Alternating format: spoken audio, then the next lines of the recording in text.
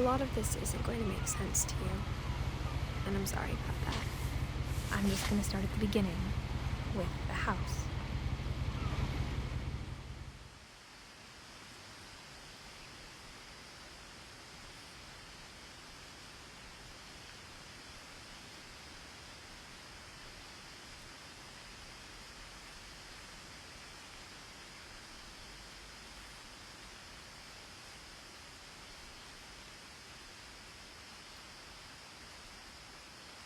Someone had put up a chain link fence, but it looked like I wasn't the first person to hop it.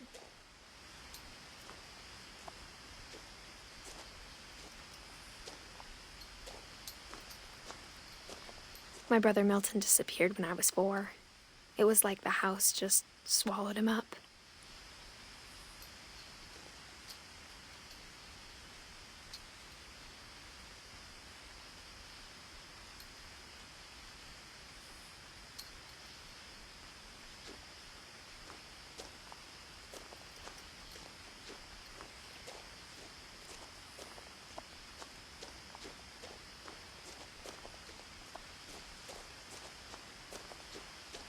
I lived here until I was 11, but I wasn't allowed inside half the rooms.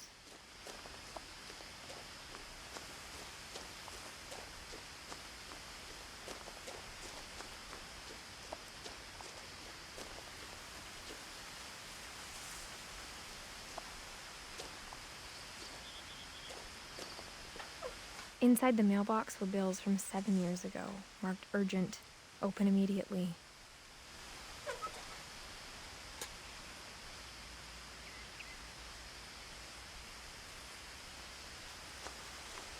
I hadn't been back since my brother Lewis's funeral.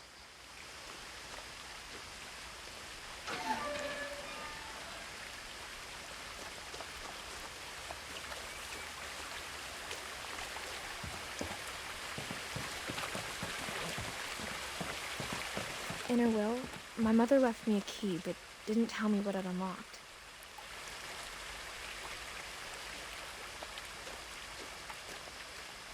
Maybe she thought I'd know, or she thought that the mystery would be enough to bring me back.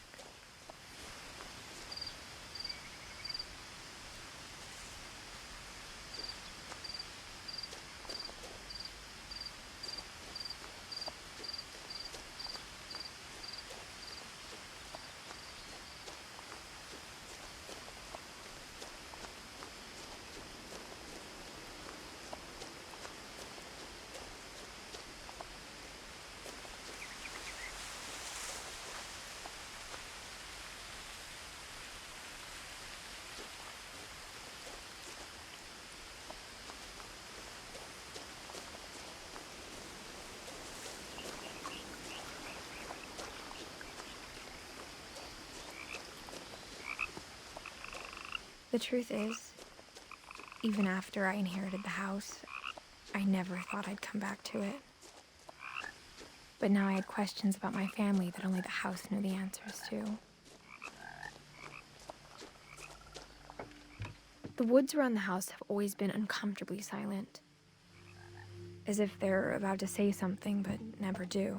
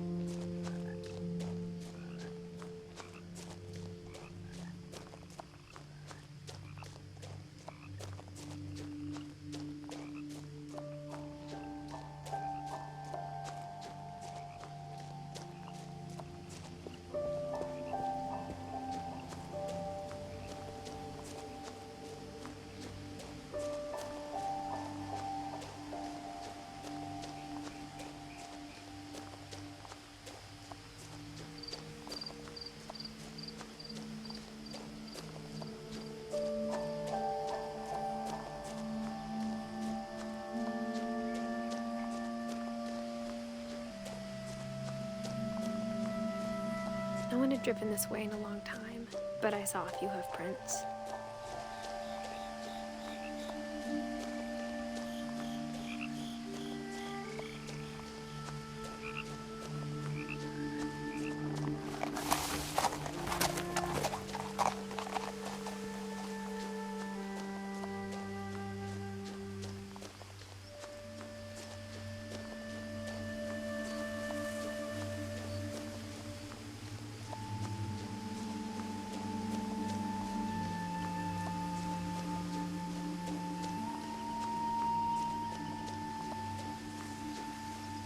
The house was exactly like I remembered it, the way I'd been dreaming about it.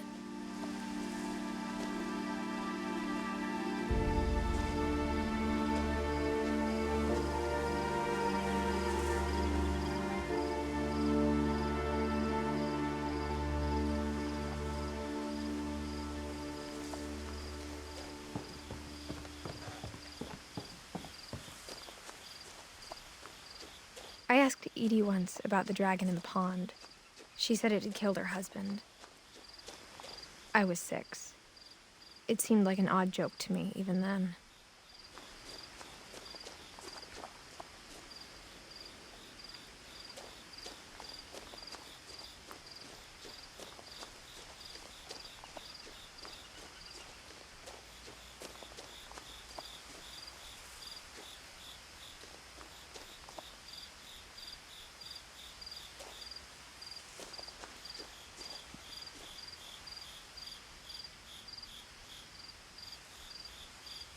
As a child, the house made me uncomfortable in a way I couldn't put into words.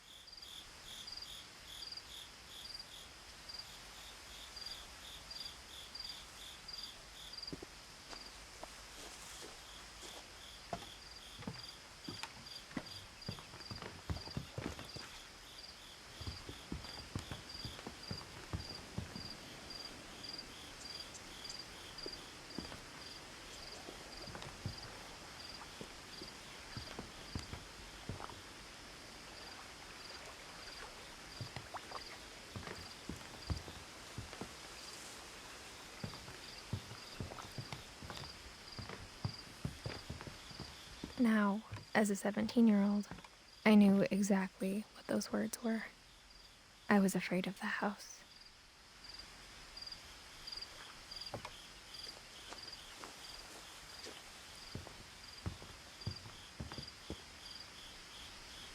I hoped the key might unlock the front door. It didn't.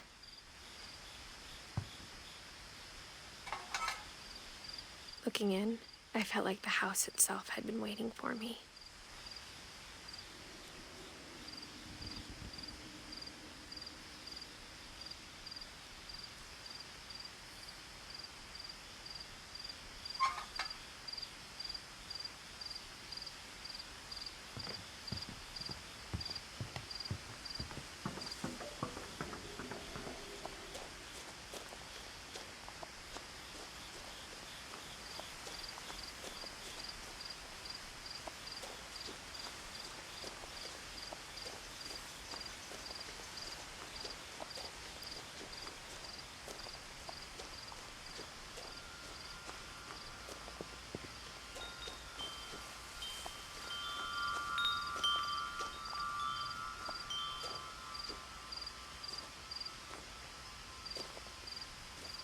The house felt like it had always been here.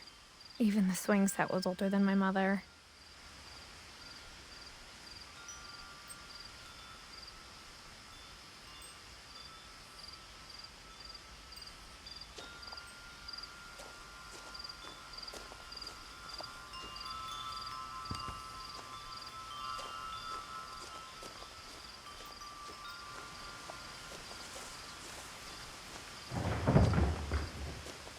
I heard something moving around in the garage.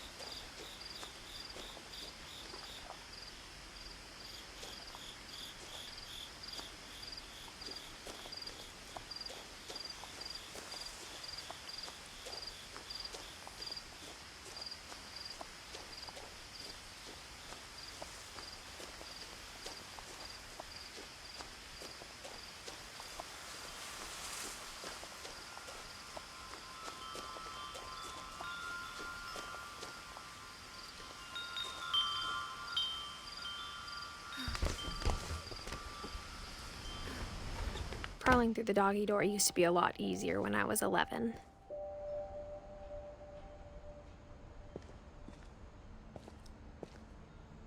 The power had been turned off the night we left.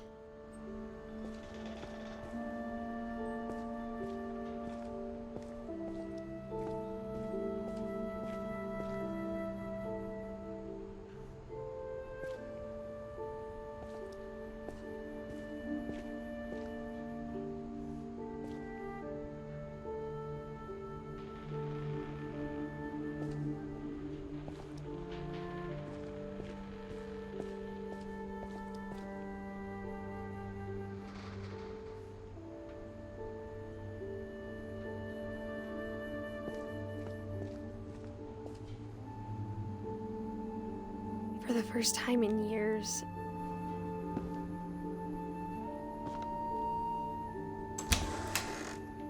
I felt like I was home.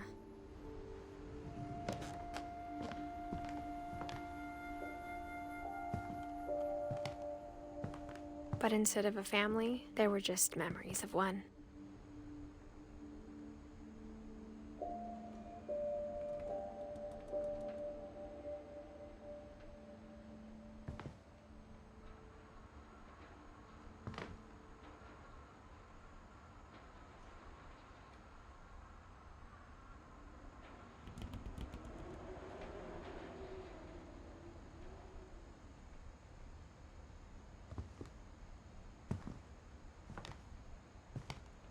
Like how only one restaurant would deliver to our house, so we had Chinese a lot.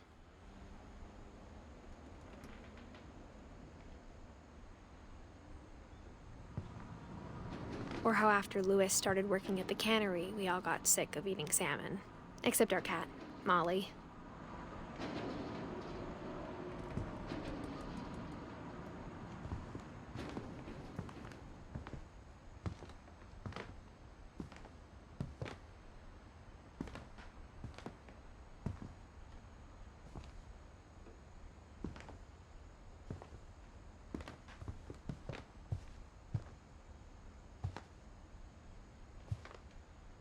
The table was still a wreck from the night we left.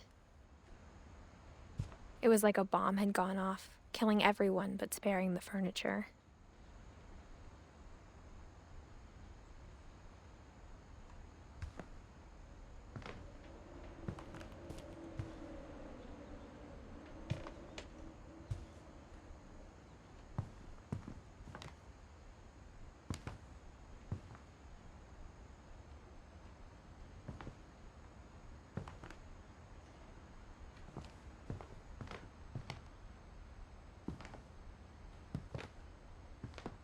My mom was the only one of us who could imagine Great-Grandma Edie living in a nursing home.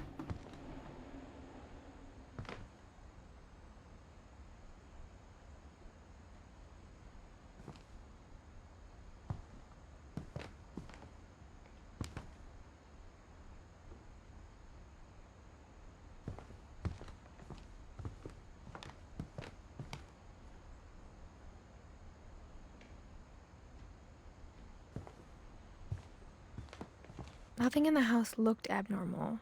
There was just too much of it, like a smile with too many teeth.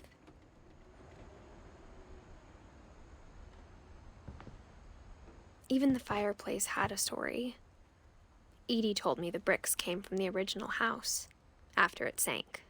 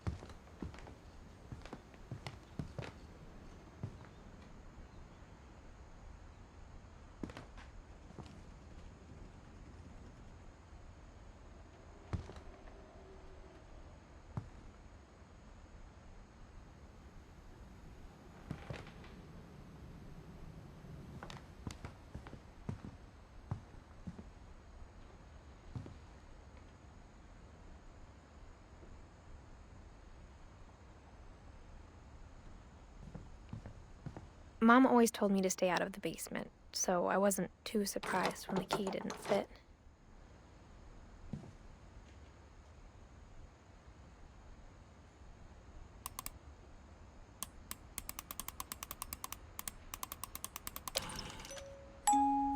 Great-Grandpa Sven built a music box for Barbara, along with the rest of the house.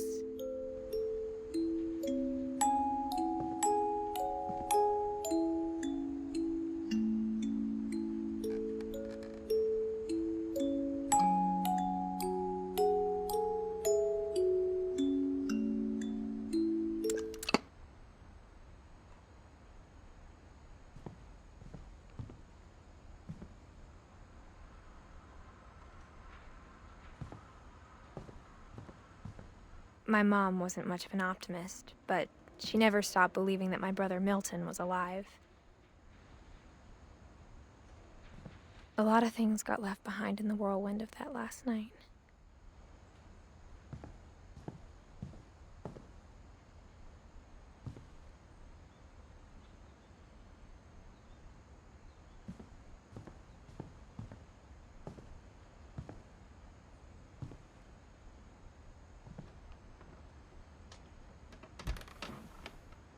Edie told me once that every Finch who ever lived is buried somewhere in the library.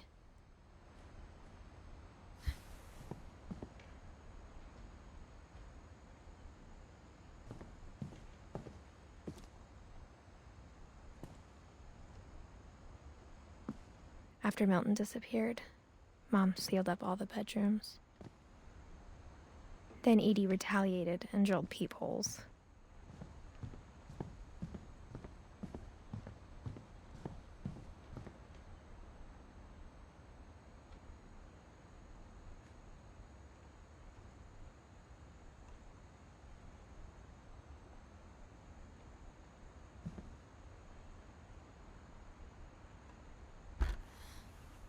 My Grandpa Sam spent 7 years sharing a room with his dead brother, Calvin.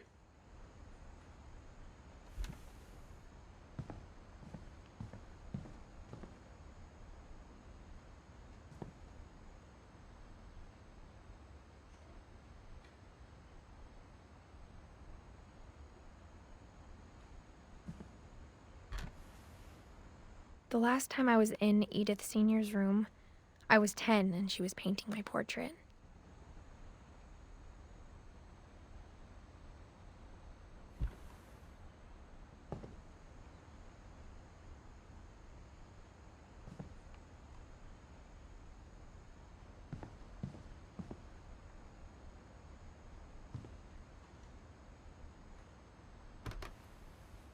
As a kid, I just assumed every house had peepholes and sealed rooms you weren't allowed inside of.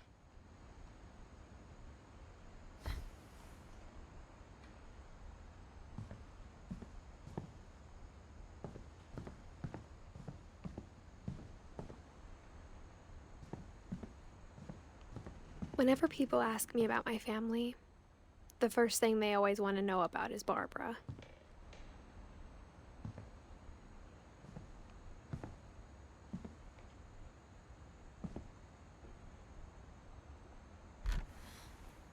Barbara was a child star for 2 years, until America grew out of it.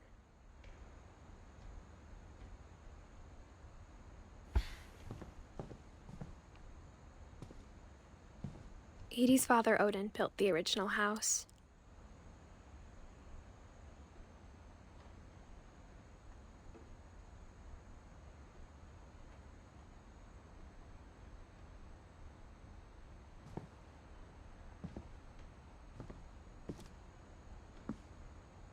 Mom must have locked the third floor stairs on the night we left.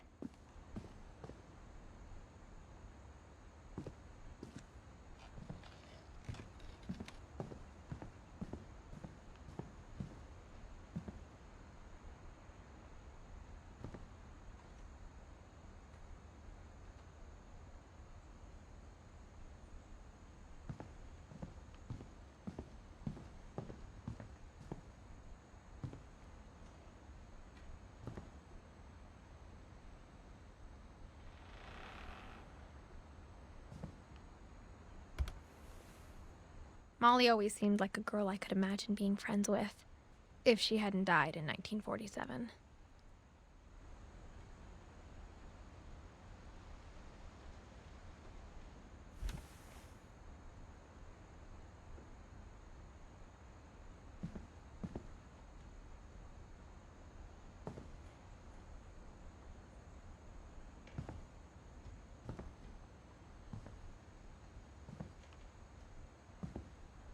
I spent a lot of time playing in Great Uncle Walter's room.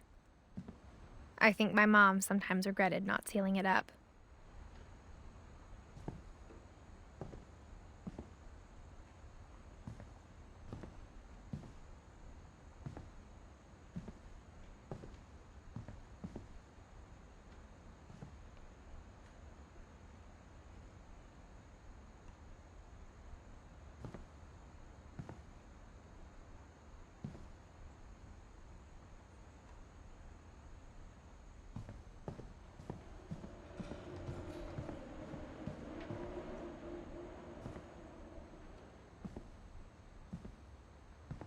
Lewis told me there were secret passages, but I never believed him.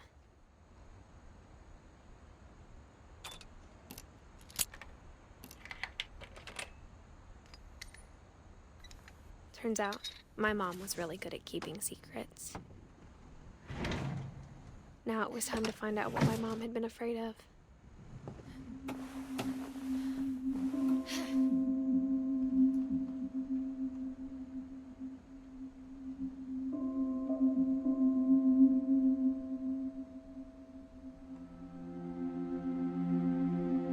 From the paintings on the wall, it was clear my brother Milton had been here before me.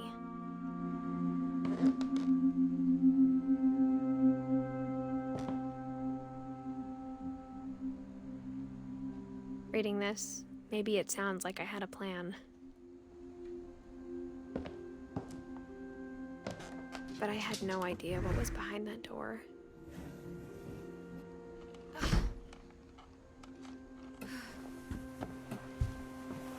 Just like I had no idea where all this was gonna lead.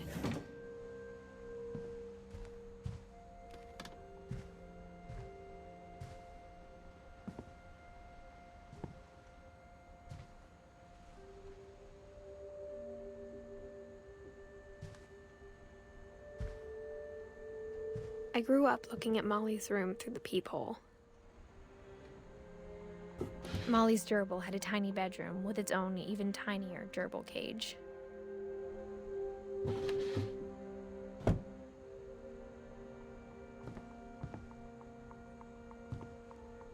Being inside for the first time, I felt like I'd stepped behind a painting.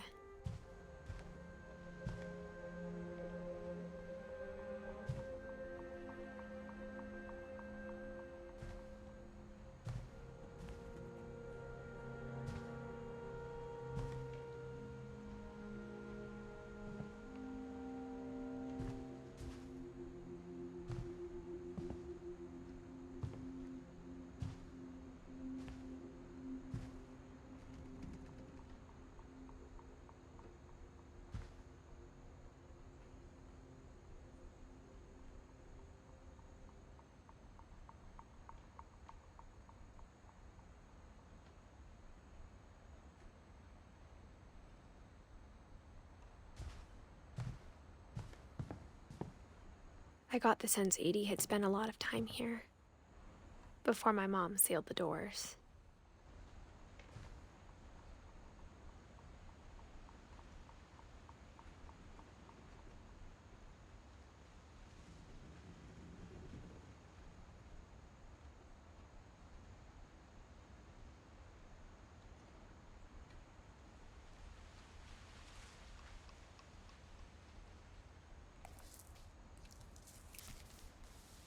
December 13th, 1947. Dear Diary, I'll be gone soon, but I wanted to tell somebody about what's gonna happen. It started when Mom sent me to bed without dinner.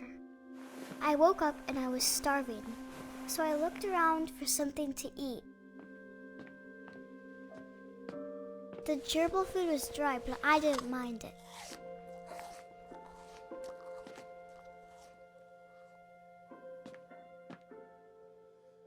Halloween candy was all gone.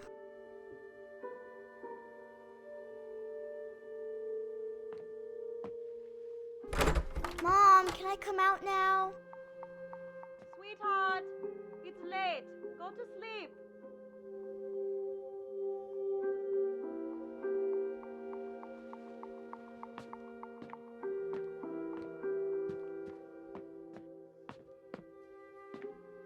I thought about eating Christopher, but I held back.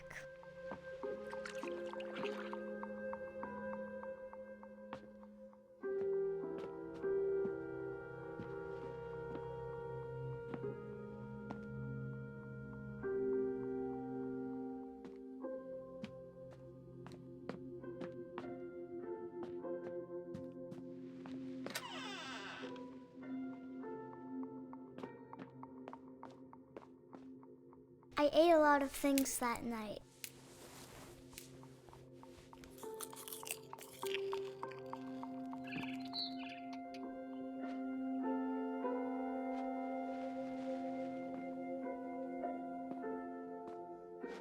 I kept eating and eating.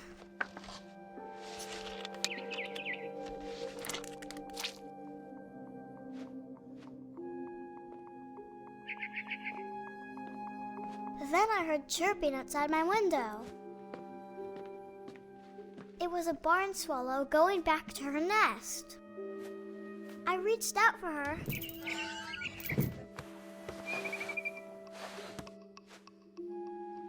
And suddenly, I was a cat.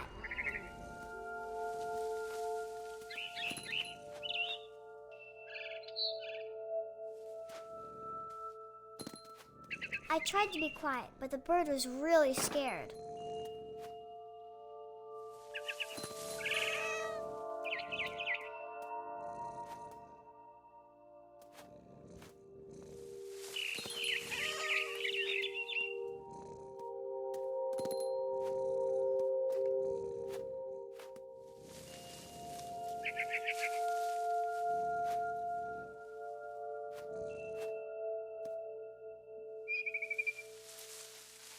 Mom and Dad didn't even look at me.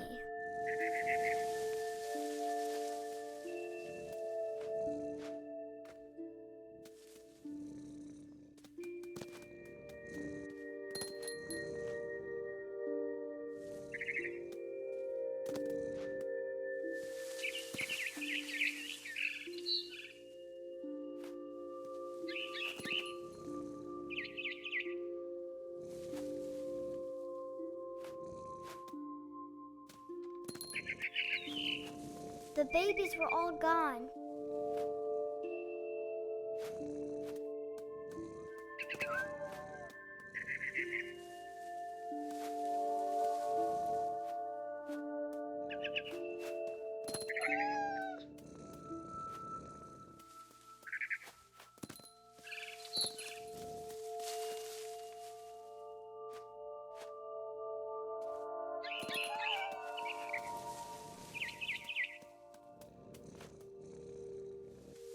I jumped and I almost got her.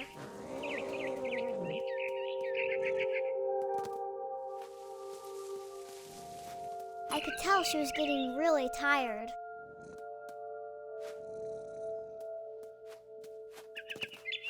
Now I was up in the big tree. I promised Dad I wouldn't climb it anymore. All I cared about was eating that mama bird. I gobbled her up. And suddenly, I was an owl. First, all I heard was the wind. Then I heard little teeth nibbling in the grass.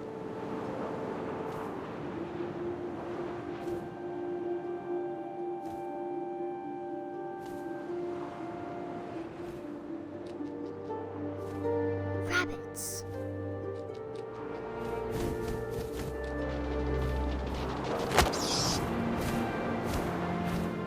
I imagined his face looking up and seeing mine through my talons.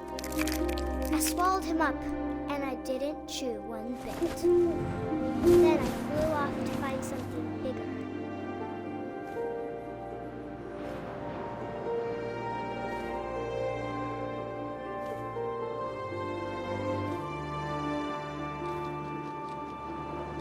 a mama rabbit.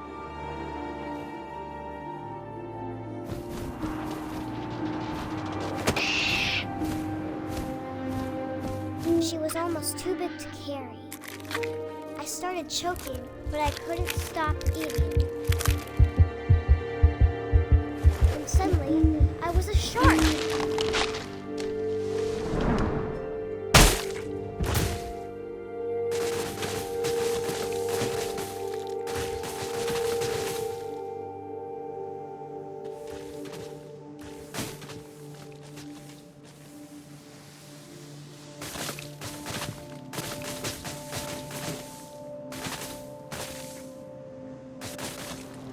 I rolled off a cliff and into the ocean.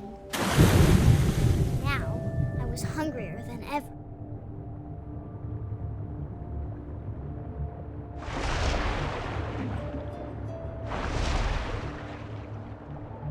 I wanted fat, juicy seals. I tore off her flipper, and it tasted really good.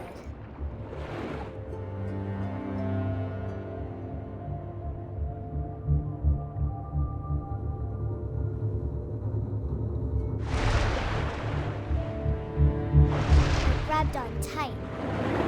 But I was so hungry, I jumped out of the water. When I opened my eyes, everything had changed.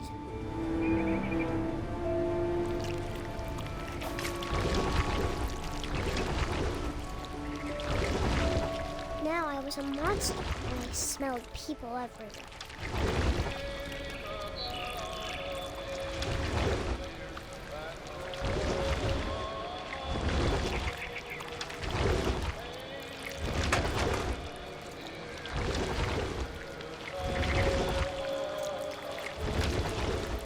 I was big, but I moved real quiet.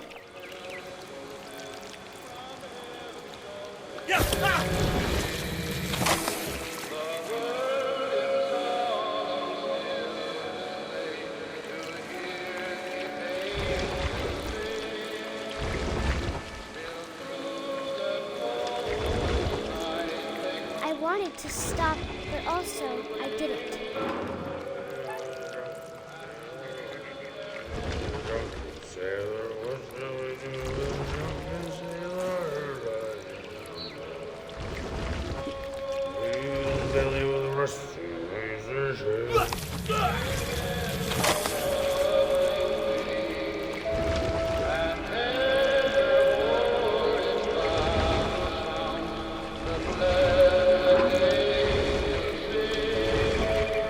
After the last passenger, I was still hungry.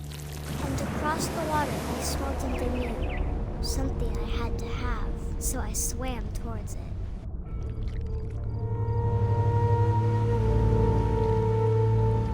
I slithered onto the sand, and the good smell went into an old pipe.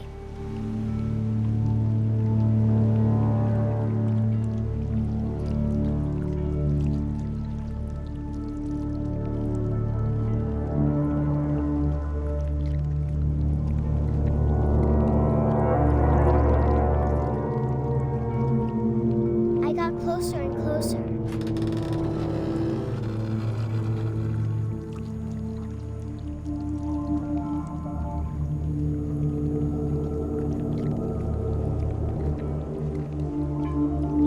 All my stomach started growling. And suddenly, I was me again. I held my breath for a long time, but I couldn't hear anything. I think it's waiting for me to fall asleep. But it's not going to wait much longer. It needs to feed, and we both know I will be delicious.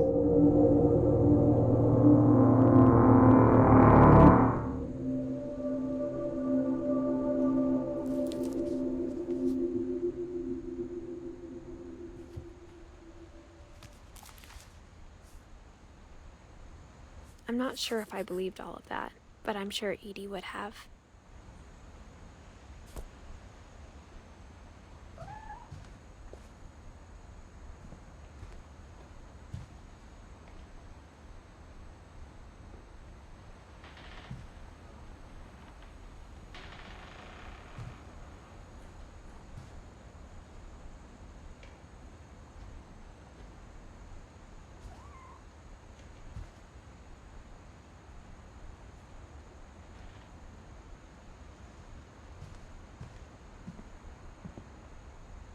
I can't describe it, but I felt like some part of Molly was still here.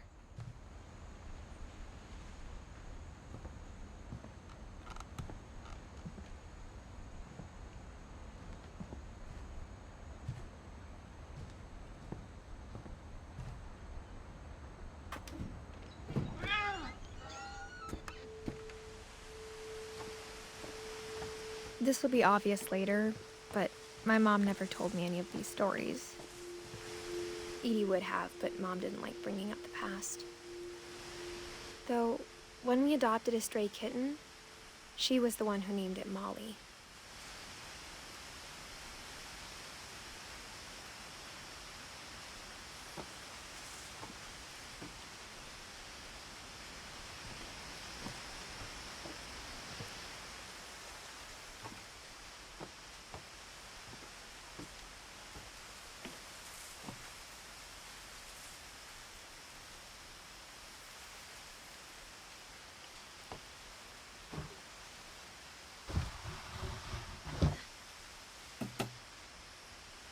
I spent a lot of time in Great-Grandma Edie's room.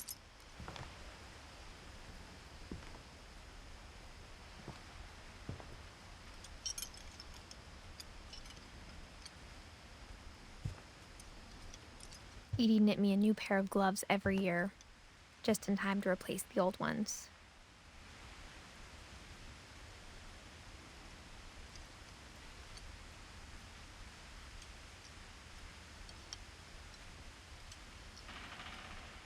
Louis died a week before we left, but Edie had already started to memorialize him.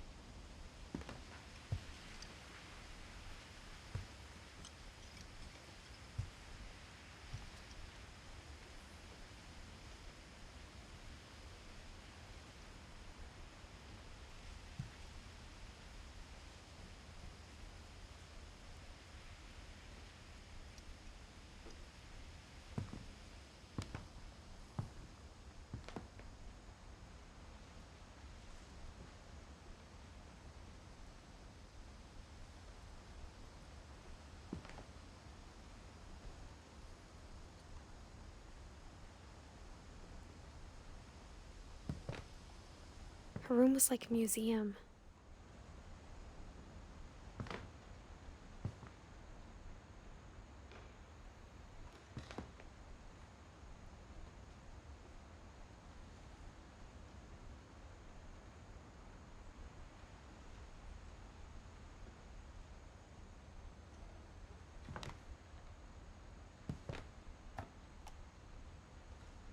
For 500 years, the Finches have been famous throughout Norway for their fortune and misfortune. Odin Finch buries the latest victims of the family curse, his wife Ingeborg and their newborn son, Johan. On January 7th, 1937, he set sail with his family and his house, hoping to leave the curse behind. But 40-foot waves off the coast of Washington send the house and Odin to the bottom of the sea. Odin's daughter Edie, with husband Sven and baby Molly, step ashore on their new home, Orcas Island. Odin Finch is the first to be buried in the new family cemetery. His daughter Edie is already dreaming of a new Finch house.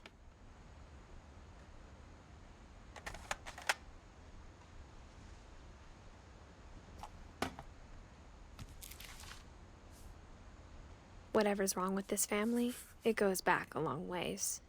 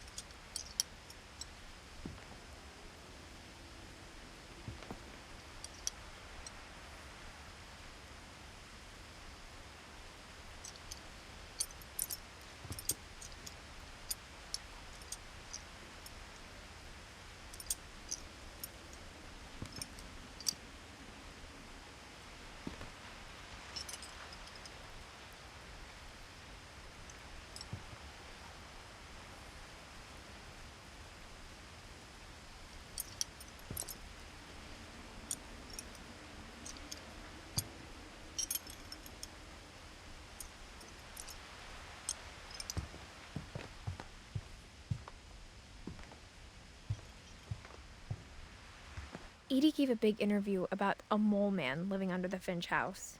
My mom was furious.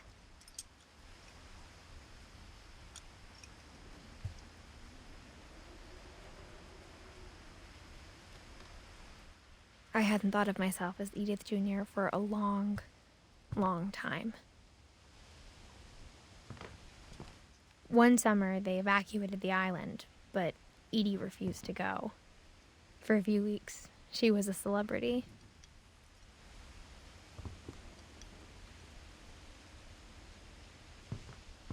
When Edie told people Sven was killed by a dragon, she could also have said he was building a dragon-shaped slide that collapsed. She could have, but she didn't.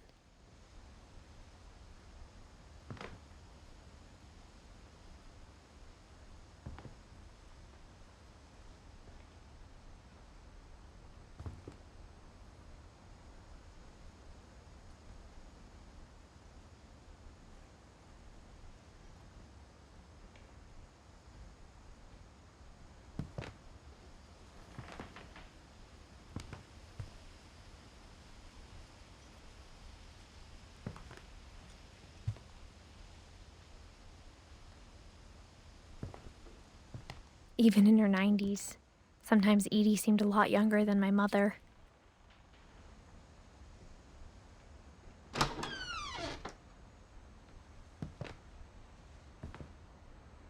The only trace Grandpa Sam's first wife, Kay, left on the house was the pink bathroom. It was a pretty big trace.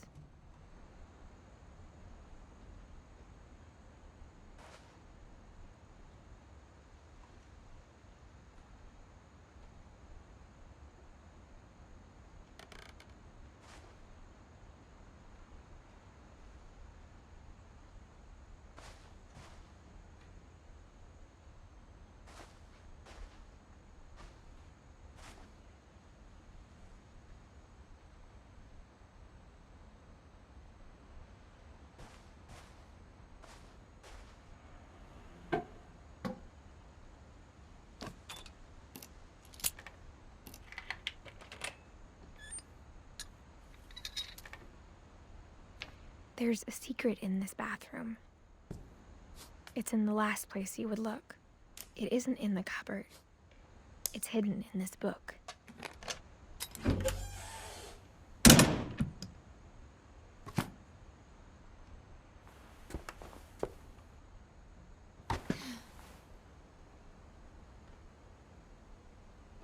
Sven gave Sam an old camera he'd refurbished. He never put it down.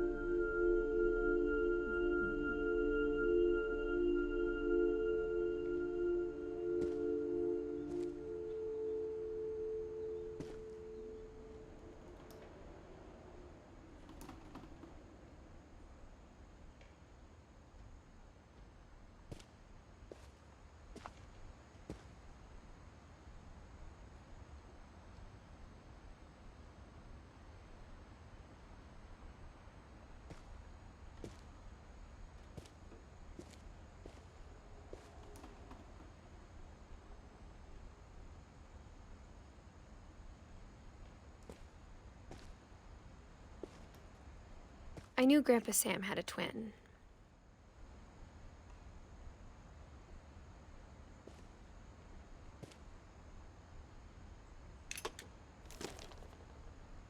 And that he never talked about him.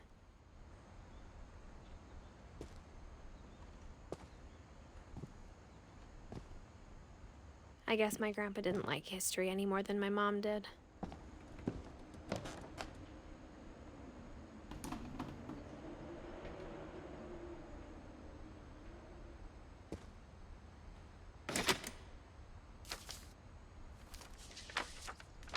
How I Want to Remember My Brother by Sam Finch. The thing I remember is that when he made up his mind, that was it. My brother said he'd die before he ate another mushroom, and he did. At Barbara's funeral, we swore we'd never be afraid again, and he wasn't. I think Calvin always wanted to fly.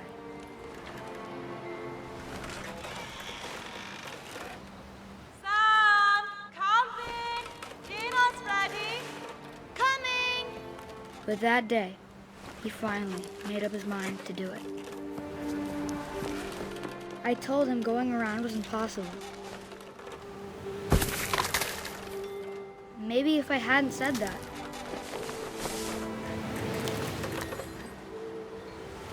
Calvin! I'm not gonna tell you again! maybe if the wind hadn't picked up, then maybe he'd still be here. But I doubt it. I think he'd already made up his mind. That's what I want to remember about my brother.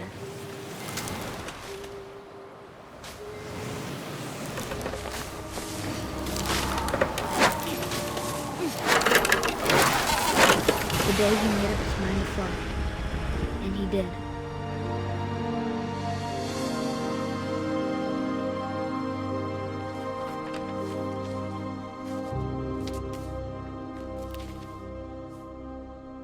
Calvin's story felt strangely familiar. When I was younger, I remember trying to do the exact same thing.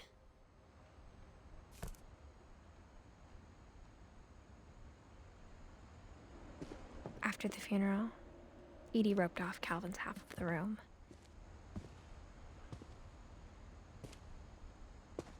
Mom said Grandpa Sam enlisted at 18 and never set foot in the room again.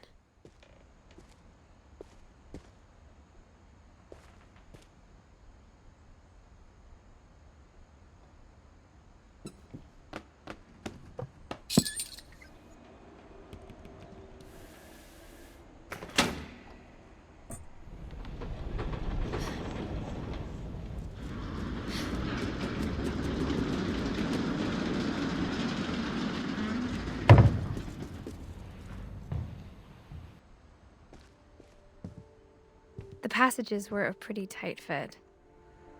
They'd obviously been built for smaller hands and bellies.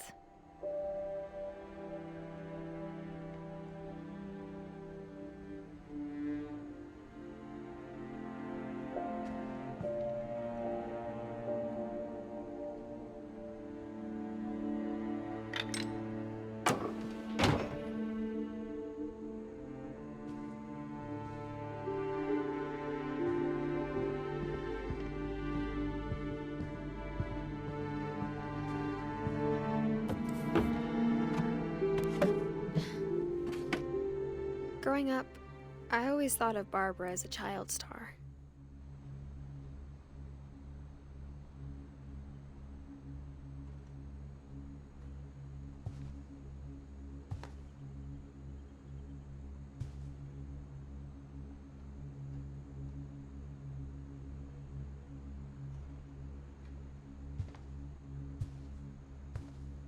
I never thought about how hard it must have been for her afterwards.